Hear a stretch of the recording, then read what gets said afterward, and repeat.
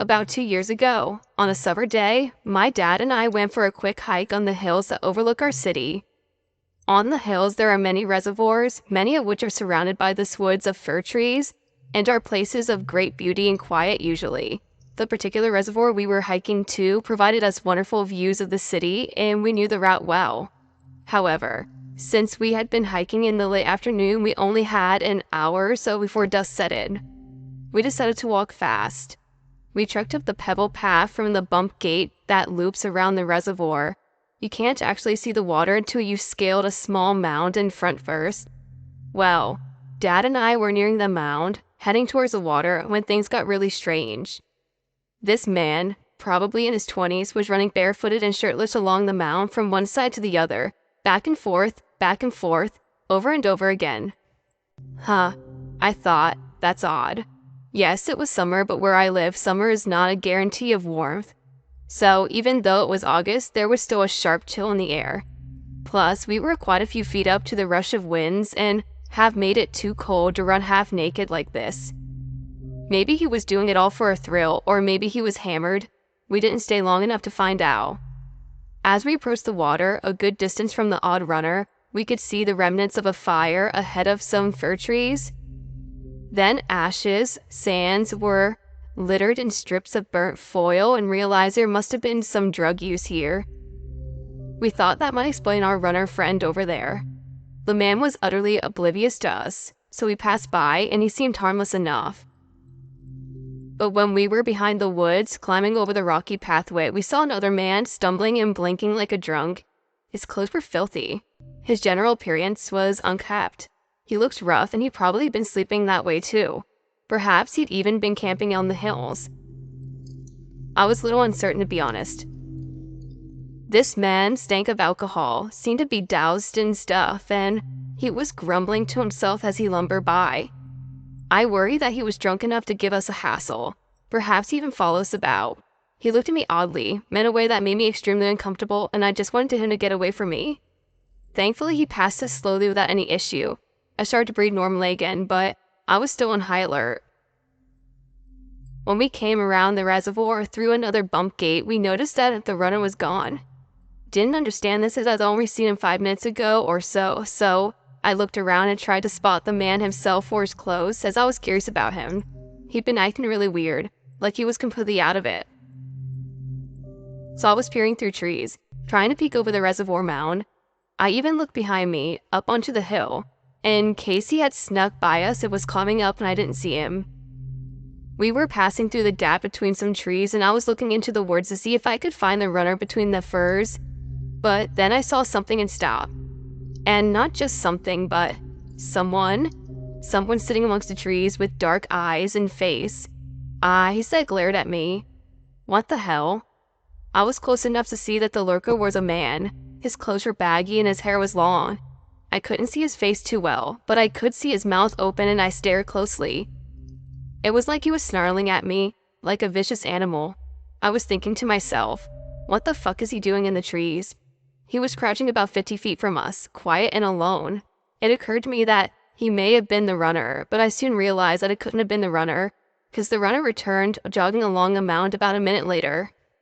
The drunk we had passed had gone in another direction, and I hadn't seen anybody else up there. So it was really creepy to just see this person sitting there, lurking amongst the trees.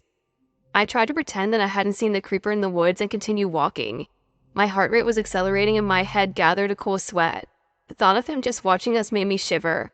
At least, my dad was with me. Walking back seemed to take an age, and my nerves made it difficult to move. I was tempted to look back round, but I didn't want him to know that I'd seen him, in case he'd panicked and took action. It was getting pretty dark now, and Mr. Lurker about twice as scary, so I wanted to get away from them all the weirdos, even the seemingly harmless ones. Back in the car, I told my dad about the man in the trees. He hadn't seen them. I don't know if my dad truly believed me. Perhaps he felt like I was exaggerating in the supposed malicious intent on the creep's face, but I swear he was scowling and snarling slightly at me. It was freaky. I'd never gone to this part of the hills late again due to this experience. It is truly a beautiful spot, and I love going there, but I guess you could say it's pretty dodgy around dusk.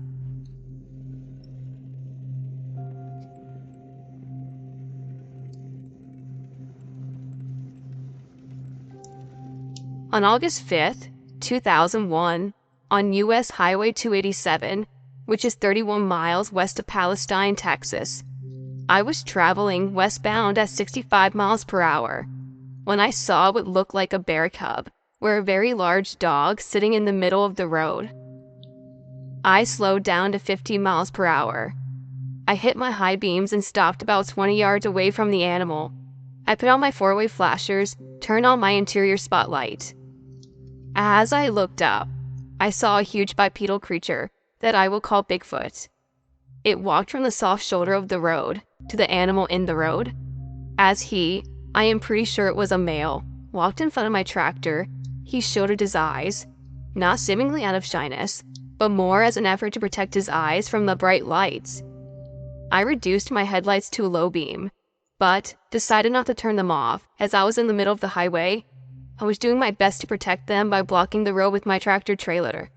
The big male went over to what I realized was a toddler. He grabbed his shoulder and attempted to grab the little one's arm. The little one scooted away like a child trying to get away from a parent that wants the child to go somewhere and the child doesn't want to go.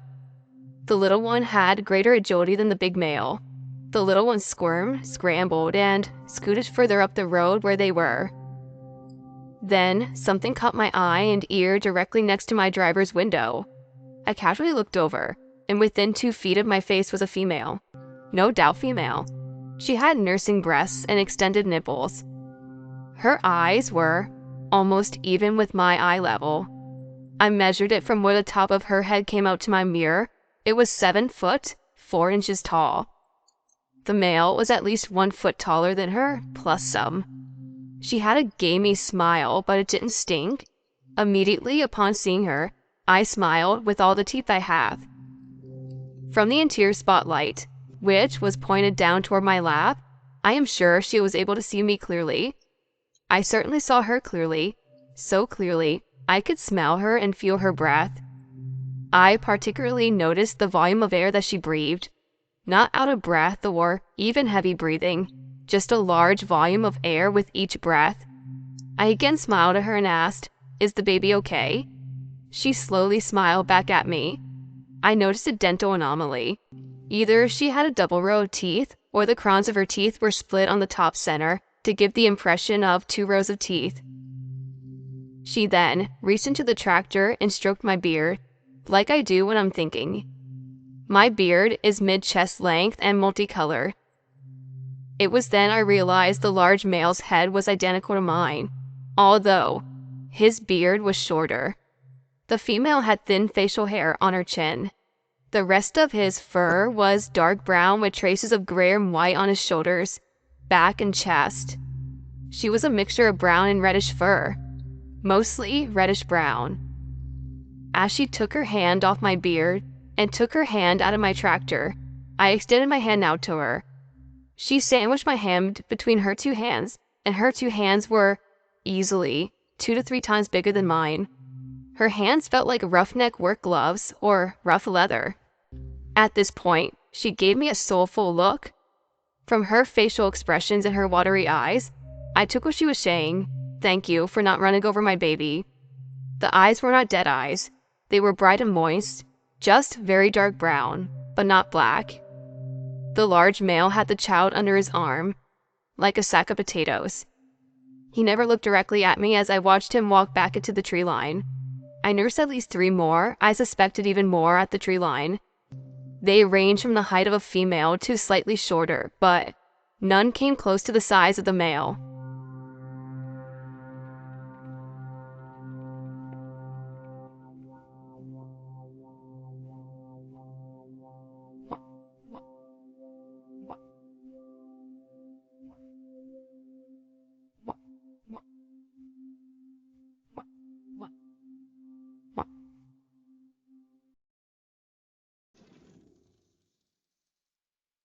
In the summer of 1987, I was a Fred Harvey employee at Grand Canyon National Park, who after my summer contract was up, I signed on to work over the winter for Fred Harvey. Right after New Year's Eve of 1988, I was moving into a company housing with my roommate. He was a very evangelical Christian guy named Dave. He was pretty weird and used to cast practically everybody except him into hell. He would stand in Missawoc Lodge and pronounce that 98% of the people we could see were going to hell, but not him, never him. After moving to company housing on the second floor and on the west end of the building, facing the Grand Canyon, there was a knock at the door, and I answered it. I found a deputy sheriff and 2 SWAT cops in full body armor. The deputy sheriff informed me that they had a crisis situation and we had to evacuate the building immediately. After putting on my boots and going outside, I saw a sharpshooter across the street on the balcony of another company housing for employees building. I could see him sighting something or someone, and then not anymore. They appeared to be on hold your fire stance for the moment. Freaking out and really wondering what's going on, Dave and I thought it was a major drug bust. Back in 1986 and 1987, if you didn't use drugs, you were in the strong minority. Everybody used recreational drugs at the Grand Canyon, and I mean everybody. That's why I and super religious Dave were roommates. Neither one of us used drugs. Dave used to, but he stopped and got sober and super religious. Everybody was going to hell but me and him, he was certain. Anyway, after leaving the building and seeing what I thought was a sharpshooter on hold your fire status, we went down to the end of the street, and since it was cold out, we were told that we could sit in the emergency police vehicles nearby. So Dave and I did, and we could hear the radio traffic going back and forth as they were getting ready to storm one of the employee apartments in the building we just evacuated on orders. There was a roll call to see who was in position, and if they could see anything. Radio traffic kept coming back that it was negative. They couldn't see anything and the sharpshooter didn't have a shot he could take because the curtains were closed was why. Now, both of us were really freaking out and wondering what the hell is going on. Super religious Dave thought that the devil was in control and maundering around the Grand Canyon. It was obvious, totally obvious. No kidding, I thought. You might be right, super religious Dave. This time anyway. After roll call and everyone was in position, the sharpshooter came over the radio and said he still didn't have a shot. There was a countdown in the signal. Everybody in, it's a go, everybody in. And then radio silence. Absolute radio silence. Not another word came over the radio for several long minutes. The devil was in control, it's clear, it's real clear. Super religious Dave was sure of it. No shit, I felt like saying, but it's super religious Dave, so I didn't want to curse or use profanity. Then I'd also be going to hell too. That would make it clear. Now, in conclusion, it was not a major drug bust at the Grand Canyon. 2 employees at the time of Fred Harvey had kidnapped an 11-year-old girl in Phoenix, brought her back up to the national park, and were holding her in their room on the east side of the building and the floor below us. Me and super religious Dave were pretty freaked out. The police got the girl back, but one of the kidnappers had briefly gotten away and was on the run for a little while. Before he was captured, super religious Dave and I were shocked into surprise, but we adjusted to it. By the way, that happened right as I was taken at knife point briefly from one of my other employees in the residence by a drugged-up employee of Fred Harvey, who kept telling me that I needed to pay him $80. He needed $80 or else he was going to stab me and cut my eyes out. I guess it's just another day at Grand Canyon National Park over the winter of 1987.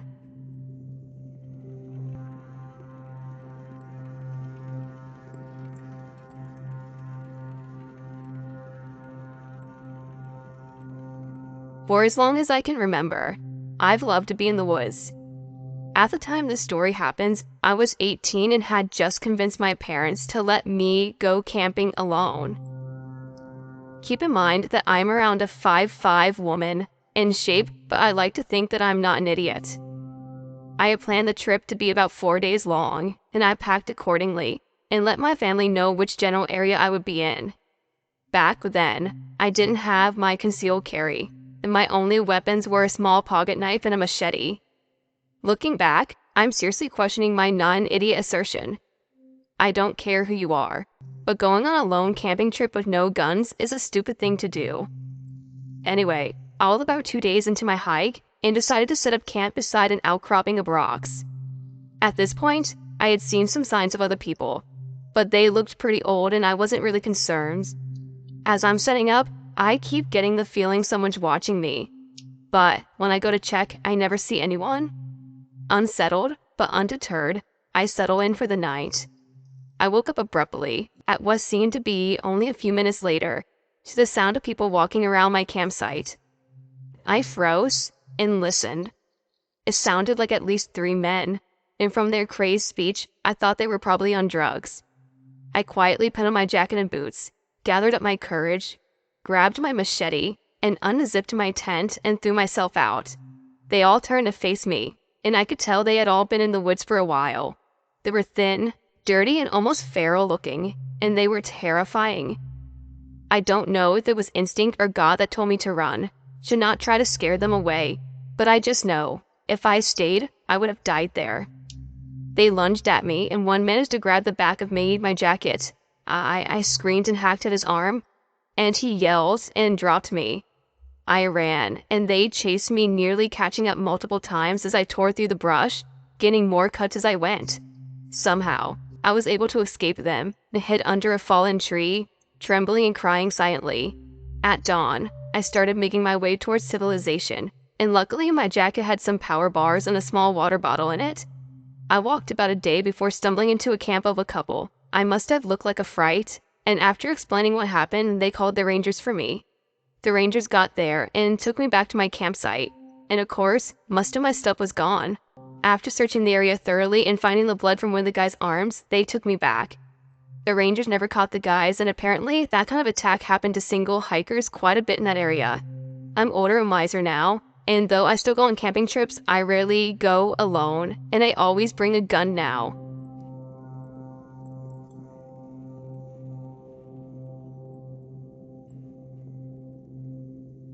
One year, a group of us went camping in Kearney, Ontario, where we always go camping.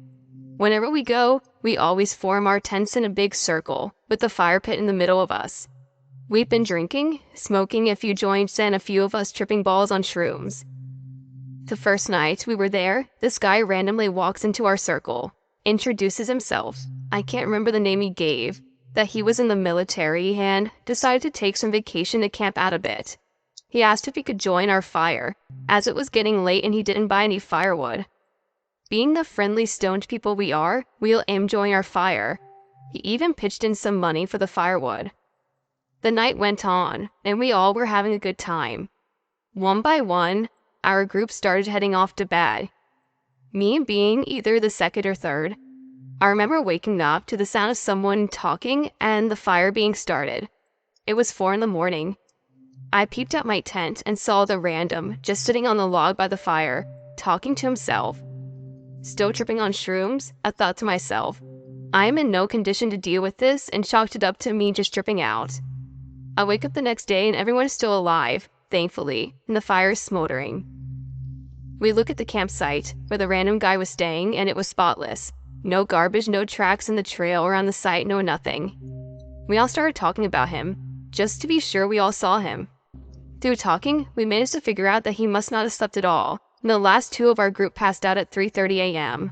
The first person got up just after 6 a.m. and noticed he was gone. The rest of the camping trip went well, and we all went home. Fast forward maybe 4 to 5 years, I flip on the news and there's this picture of someone I could swear I recognize. He was arrested for a bunch of crimes, including rape and murder. Guess who it was? It was the random guy who joined our fire. I don't know why I remembered his face, but I guess it was just a weird situation where my brain right-clicked, saved as a JPEG in my brain. Now, I have no way of proving it was the same guy. We didn't take any pictures of the random, but the picture jump-started my memory and made me instantly remember the weird random fire joiner. Either that or they looked identical to the same person.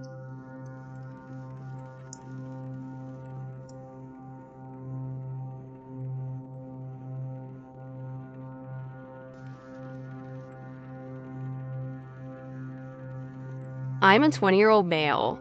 This story takes place in Australia and happened sometime in January.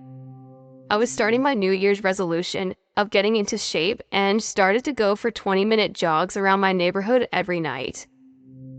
I was on day 20 or so of my jog and was getting used to the trail that I took every time. It was a concrete path that goes along a big lake and around outside of my suburb. Most of the path is surrounded by trees in a parkland. I would usually run at night at around 9 p.m. because it's a lot cooler at night and I like the solitude. I would never see anyone at this time, and I've only seen one or two people the whole time I've been doing it. It does get a little bit creepy, at times, as it is so dark.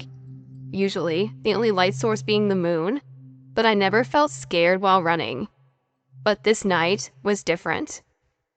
I was running through part of the trail that has some public exercise equipment off the side of it, so I decided to stop and use it to burn some extra calories. I would do this often during my run. This particular exercise machine was for exercising your chest and was attached to a machine for exercising shoulders. After I had done my first set, I had to take a little break to get my breath back. Still sitting at the machine, it was deadly quiet. All you could hear were the insects from the nearby lake. After a second, I heard someone sit down on the shoulder machine directly behind me. It scared me and I suddenly got an overwhelming feeling of dread and anxiety. I never get scared or nervous easily, but this creeped me out as I did not see anybody ahead of me on the trail before I sat down. I could see a good 50 meters ahead, so I would have seen someone coming. I also wondered why they wouldn't say hello or make themselves known to me. At this point, I noticed that all the insects in the area had gone quiet. This in itself creeped me out. I looked back to make sure someone was actually there and there was a bald-headed man around 40 or 50 with perfect posture, just sitting in the shoulder machine, facing the opposite way from me. He wasn't wearing workout clothes and looked like he was wearing an old blazer. He kept looking forward and didn't acknowledge me at all. I'm a really logical person, and something about this situation didn't add up in my mind. I thought to myself that this guy was a serial killer and that there was no reason whatsoever why he would just be sitting there. There is also a park bench about 5 meters away that he could have sat on if he wanted a normal seat. So it wasn't because of that. I turned around and did one more set, as not to look freaked out. When I finished, I casually stood up and went to continue my jog, and I noticed the man was gone. I looked all around and he wasn't anywhere to be seen. There were a few treads scattered around the park, but other than that, there was nowhere else he could have gone at the time. I continued to jog up the path, partly hoping I could catch up to him, mainly because it would be better of him being behind me. I ran for 5 minutes and didn't see anyone. There was literally nowhere he could have gone unless he was hiding behind a tree or disappeared into thin air. After that, I head home. To this day, I have no idea who the man was, but I have 3 theories. 1. The man was a weirdo, trying to get a rise out of people and purposely snuck up on me and sprinted away behind a tree. 2. He was a ghost haunting the area, which is why he was wearing old clothes. Also, the park is really old and was one of the first places settled in Western Australia. I don't believe in this one that much. 3. He was a normal guy out for a walk that stopped for a seat who didn't want to talk.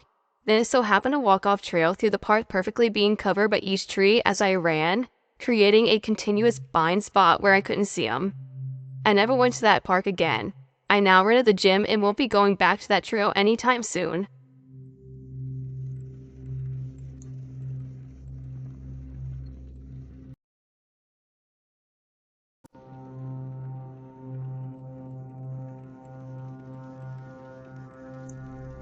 I was backpacking in Arkansas, the Eagle Rock Loop in the Washita National Forest. There's a section of the trail that goes through an area called the Albert Pike Recreation Area. In June of 2010, a flash flood killed 20 people, including men, women, and children. There's a ton of stories online about this event if you want to look it up. So I start my trip at Little Missouri Falls, going counterclockwise. It's 26 miles with some pretty good climbs. You can find a map of the loop on Google Images. So I hiked a fairly long day. If you Google Eagle Rock Loop map, you will find a basic sketch map, not the topo map, just one of the basic ones with the labels of the trails, mountains, and water crossings on Pinterest. At the bottom of the map, there's a single water drop with a yellow circle around it. This just means it's always a wet crossing. There are several yellow circled water drops. The single one at the very bottom right next to the Viles Branch Trail. That is exactly where I was camped, so anyone can go there if you want to look it up and see what I'm talking about. So, that is the Little Missouri River. The water is flowing away from Albert Pike. I'm maybe 4 to 5 miles downstream from where the flash flood occurred. I don't know if this is significant or not to my story, but I'm not ruling it out either. I set up camp at about 4 p.m. for the day. This was November of last year, fairly cold nights. It was about 26 degrees the night before. I was expecting another cold night in the high 20s. Not a lot of movement around there that night when it was cold. Most animals hunker down. I use a tarp where both ends are open. I have an inflatable sleeping pad and my 35-degree sleeping bag. Now, I'm set up on completely level ground. On my pad, on the tarp inside my sleeping bag, I quickly fall asleep around 10 p.m. after sitting around the fire. Everything is normal all evening, and all night for the most part. Now, you know when you're asleep and you fall in your dream? You get the sensation like you're falling in real life when you tense up and always wake up on impact? Okay, well I was asleep and I get the sensation sort of where I feel like I'm being dragged out of my tarp by my feet. Except it wasn't by my feet, I was being pulled by my sleeping bag, like my whole pad with me in it suddenly being dragged out quickly. I woke suddenly as it startled me. Keep in mind it was really cold, low 30s to high 20s at this point. And I have a 35-degree sleeping bag, so I'm inside my bag all the way with the top closed off by a shock cord. I'm completely inside my bag, covered to stay warm. Now, I'm wide awake and listening for any movement. Everything is still and quiet, except for the river next to me, obviously. That is the only sound I can hear. I didn't peek out my head. I just laid there awake and listening. I sat there for a good 15 minutes listening for any sound outside of the river. I never heard anything. Granted, the river's pretty loud being right there, but there was no movement around my camp at all. So I chalked it up to having that falling sensation when you dream. I figured I must have been dreaming about something and it made me feel like that I fell or something. I went to sleep for 30 or 45 minutes longer, still keeping my ears open but figuring I was probably just dreaming. So for the most part, I just shrugged it off and put my mind off of it and got back to sleep. Morning comes and I get up and put my shoes on and roll out of bed. I head straight over to the fire to pit it and stoke at the fire for first thing because it's definitely cold outside at 6:30 a.m. this morning. I turn back towards my tarp and head over to get my food hanging close by. That's when I noticed it, and I froze. My pad and sleeping bag at the foot end are sticking out from under my tarp by a good 1.5 feet at least. I can think about how now is I felt being dragged out from under my tarp the night before, staring at how my bed is from under the tarp. I slowly approach the tarp and look for any sort of footprint. The problem is I don't even see my own because the ground is so compact around there. I double check and I'm not in any sort of slope at all. The ground is completely flat. I really have no idea how this happened. And I know I was startled awake by that sensation of swiftly sliding down the hill towards my feet. My pad with me in it was being dragged out. I quickly had breakfast, packed up and headed out. I was supposed to spend one more night on the trail, but the longer I hiked, the more I thought that what would happen the next night. These thoughts running in my head the entire day as I walked. Could it have been another person? I didn't hear anything. Why would anyone do that to anyone else? How could I have slid down so far? Maybe it was an animal. Maybe it couldn't have been. There were no punctures in my mattress and there were no footprints anywhere. Did I just slide throughout the night with restless sleep? It doesn't make any sense. I normally sleep on a slight incline, and I've never slid outside of the chart before.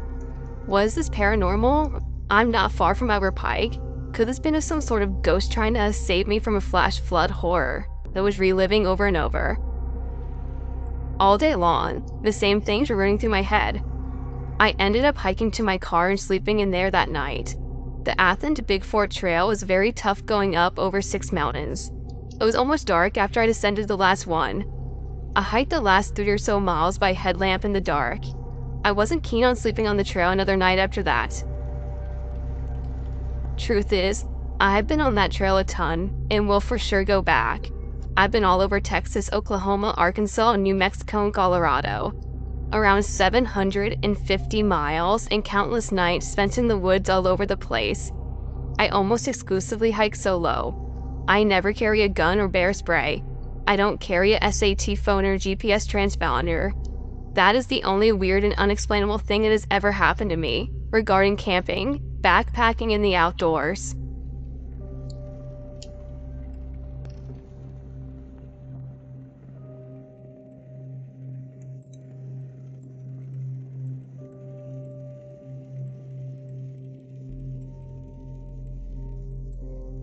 It started several years ago.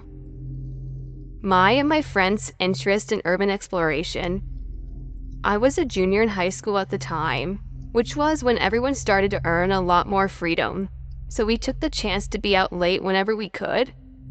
Now, keep in mind that I live in a major city in central Colorado, so the nightlife is never lacking. We could always find something to do, and we're especially drawn to the element of danger.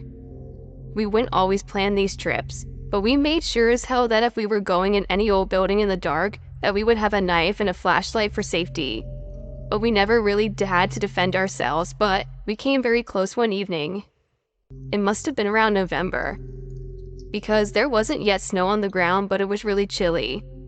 Directly across the street from the abandoned hospital, which we have hypothesized is still around from the TB era, is a hospital that is newer and in use. The two are connected by an underground tunnel, which I could only assume was a way to move bodies without alerting the patients. This is common, featuring among old hospitals. We had been inside there quite a few times. What was piquing our interest that night was the abandoned library next door to the hospital. It was connected, but only by exterior walls. To get inside, you could not cut through the hospital, but instead had to hop over a tall wall and climb over a very high fence. A few of us had backpacks containing the aforementioned safety precautions and a couple bottles of water, so nothing too heavy for valuable that would get damaged when we tossed it over the obstacle before us. A little ways off the road, it was dark. If you clung to the buildings, you did it for a while before stepping behind a patch of shrubbery, which we determined was an easy way to the first wall, since the only way to gain access was by a chained, unclimbable gate at the bottom of a set of stairs facing away from the ledge. Both were parallel with the library, so when tucked back in the corner behind the bushes, no one could see us from the street. I don't believe I went first, but I did not remain to be the last over that wall. It was too high up for me to jump in, haul myself over, so I restored to stepping on a pipe, jutting out somewhere lower among the wall. It gave me a bit of a needed boost, and soon I was up and over. Moving into the library's courtyard, another girl and I waited for our two friends to get over and join us. Upon an initial glance over the courtyard, there was no obvious way in. To our right was a dilapidated fountain, which I took joy in imagining springing forward a spray of water from its detailed stonework in the brighter summer months. People laughing and talking and the surrounding trees bringing them a shade.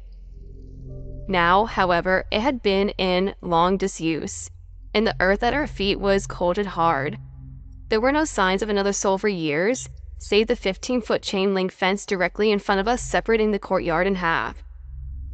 I could tell you it hadn't seen the same weather at the rest of the courtyard because the metal showed no signs of rust.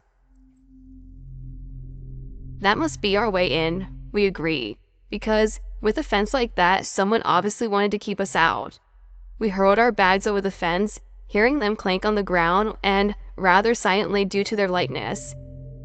I was the third one over, because I have a slight fear of climbing in, and it took me a bit to mentally prepare myself. I made it to the top of the fence in short time, then I sat atop of it, straddling it with my leg on either side. I was thinking that had to have been one of the scariest things I have ever been done in a while, because I tend to avoid climbing at all costs. Of course, this is an irrational fear, as I've never fallen, but That phobic fear didn't ever compare to what happened next. The last girl's feet hit the ground and all four of us split up in a smaller half of the courtyard, looking for any kind of entrance. We decided that breaking a window would be too loud and draw unwanted attention. Not to mention, we could really get cut up. So that wasn't an option. Searching for a little longer, we didn't find anything that looked remotely plausible. Until we found a gate near the base of where the walls met. I couldn't believe we hadn't noticed it before, and upon closer inspection, the grate was already moved slightly from its resting place, so it would be easy to lift the rest of the way. The smallest and least fearful of our group went first. After moving the grate, there was a small drop down. It was no more than 3 feet down and 2 feet wide.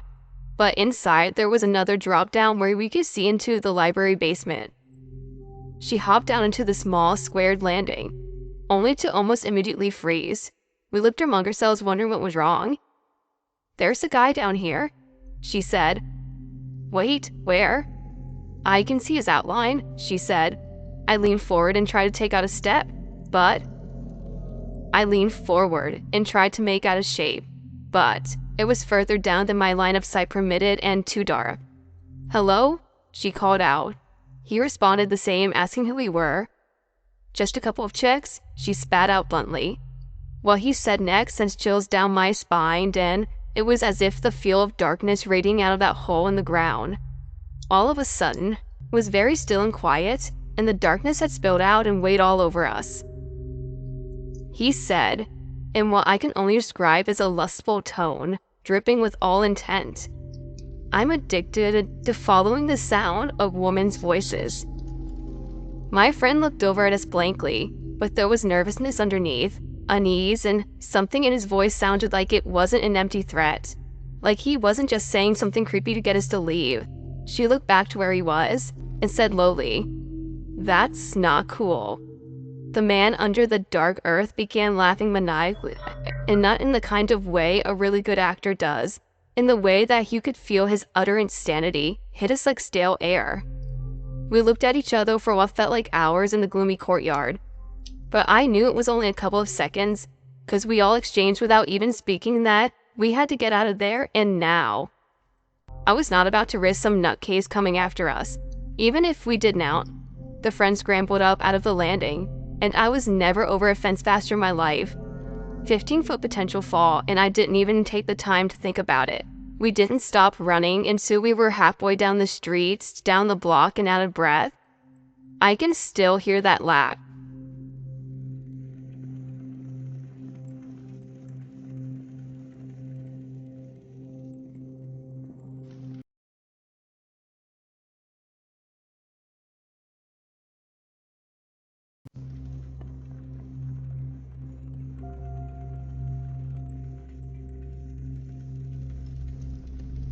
This happened when my dad was 16, all the way back in 1976. Him and my uncle Nigel were very outgoing and liked to explore to keep themselves occupied. When the summer of '76 came around, my dad finished school. He wanted to do one big bit of adventuring before he began work. The Pennine Way. For those who do not know, the Pennine Way is a 270-mile walkway in Britain that, depending on which way you walk, starts in just south of Scotland and basically cuts through the middle of England and finishes in the Midlands. It usually takes around a 3 to 4 week walk. With a long summer to fill, my dad and 15-year-old Uncle Nigel and my dad's friend Russ were dropped off in Scotland by my great-grandfather to begin their hike. The first week went swimmingly.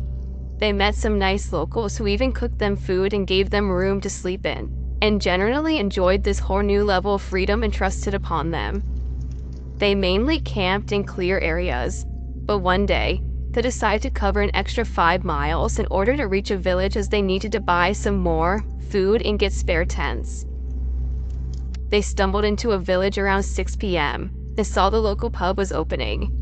After relaxing in the pub with some drinks, my dad tells me that the owner probably knew they were underage, but wanted all the business they could get. The owner offered to let the guys camp out in the back field of their pub.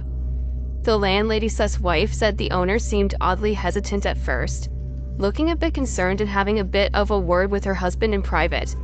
However, Yorkshire hospitality seemed to override any doubt she had after a night of heavy drinking with the locals. They resided to their tent. My dad says they were using an oil lantern hooked to a center of the tent as a light source, and when they turned it off, they left it hanging, which is important, not only for what happened next, but also what happened the next day. My dad woke up and turned off the oil light while debating to get up and having a piss in the field, assuming as the owners had been nice and letting them camp out there, when he heard a door creak open from the creek shut. There were no footsteps, so my dad had to put it down to an old shed or something. After a few seconds, however, the sound of feet landing on grass became progressively audible until they stopped right outside the tent. My dad thought it was the owner checking in on us, and he went to unzip the tent. The owner fully unzipped it. My dad said the weird thing about this was that he didn't have a shirt on, just some slippers and night trousers. After my dad asked what was doing, he stuttered out some excuse about hearing a growl and went to check if the boys were okay and safe. There was no growl, as the only sound in the last 5 minutes was the door, the footsteps, and the unzipping of the tent. The guy weirdly emphasized the need for a good sleep before hiking and intrusively tapped on the oil light, asking for it to be turned off. He walked off, letting off a frustrated sigh and nearing the house and closed the door behind him. Morning comes and the owner's wife makes the boys some breakfast while they pack up their stuff. The owner takes down the tent for them and takes off somewhere in his 4x4 without coming back to the house. They thank the woman and tell her husband thank you as well. She says that when she figures out when he comes back, that he will tell him. They come to their designated camping spot, just next to a small stream, around an hour and a half early, and decide to have a longer rest after walking around 130 to 140 miles over the past 8 to 9 days. They pour out the tent and find lots of small holes, all about a pent width and wide. But what's weird about this is my dad described the size of it as holding a pen while telling me this. Everyone looks confused, and my dad rationalizes this by the man telling him about an animal last night. It must have come back and nibbled on the tent, as that explains it, sure. Russ suggests they walk back to a different village around 2 miles back and try to get another tent. They leave the now useless tent as a marker for their site and walk back to the village. Their luck, a shop clearly targeting walkers is open. Unfortunately, they didn't have any tents, but they decide to buy tape and cover the holes for tonight. Hope to find a new tent somewhere soon. When walking back, the sun had begun to set and it was quite dark. Moonlight mainly guiding them back down the path. When they returned to their site, they couldn't believe it. Their tent was set up for them, but it was on fire, completely engulfed in flames. They threw the water in their bottles over the tent and used the stream water to fill them and eventually doused the fire.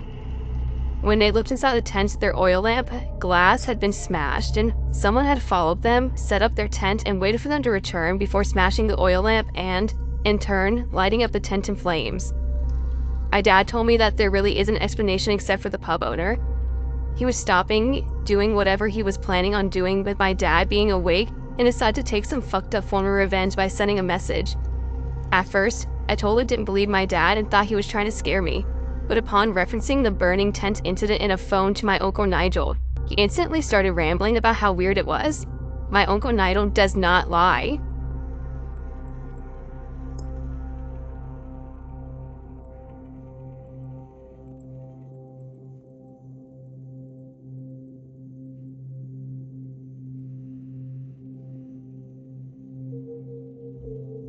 Background: we're at an Airbnb in Washington State, not far from Mount Rainier National Park. How our Airbnb host was outside in her horse pasture feeding her horse. We all went outside to greet her and thank her for accommodating us. She lived across the street, so she offered to show us her other property, with more horses and a few other farm animals. We passed her house, and now in her backyard, our host, let's call her Michelle, gets us in a circle and whispers, "So, do you guys want to go back home with a story?" Intrigued, we say yes. We had no idea what we were in for. She takes us past one of her 2 barns and we walk into a wooded backyard, along with a foot trail that she takes her horses on daily. About 100 feet in, she stops us. "Look down," she says. We see what appears to be a footprint, yet wider and longer than that of a human's. It was especially long. So whoever left the print must have slipped in the mud. There were toe imprints as well. She then began to tell us that this imprint was made by none other than a Sasquatch. While huddled around the imprint, she tells us how she got her house, and then her second property across the street, our Airbnb. You might think I'm crazy, but if I knew about their existence, I would have never moved here. Do you want to see more? Of course, we, a group of 4 20-something-year-olds, do. So Michelle takes us further down the path. At this point, I was feeling a bit uncertain about what was coming or about to happen. Hair stood up on my arms and I got the chills. I kid you not. Seconds later, Michelle says to us, "Right about this point, here's where you might feel some chills or your hair sticking up." She was spot on there. And I was feeling uneasy, and I didn't really want to go forward. Yet, we walk a little bit further down the path. They had asked me to bring you guys here. They wanted to say hello, Michelle told us. I've never brought any of my guests back here before, but it seemed important to show this to you guys. We had no idea if we were going to see anything, as it was getting darker and darker out. We stopped for some more conversation. When Michelle stopped us from talking, "Shh." We didn't hear anything. We're all still quiet when Michelle asks us something peculiar. Have any of you lost a brother recently? Or have any of you experienced psychic abilities? We all say no. It felt a little awkward and we moved on. We go to the last point in our walk and she was astonished. She laid some sticks down earlier in the day and the arrangement of sticks had changed. They're always mischievous and like to move things around and mess with us, Michelle explained. She also saying how she left a deceased chicken right at that spot and it was gone. Sasquatch people must have taken them. She said she often leaves them gifts, usually food, and then they're gone before she knows it. At this point, I'm feeling skeptical about all of this. I'm not a believer, but I also didn't have any reason not to believe any of this. We were all quiet. And out of nowhere, we hear a noise far back into the woods. It sounded like an owl's hoot, but very, very far away. Michelle said, "Oh, that's just an owl."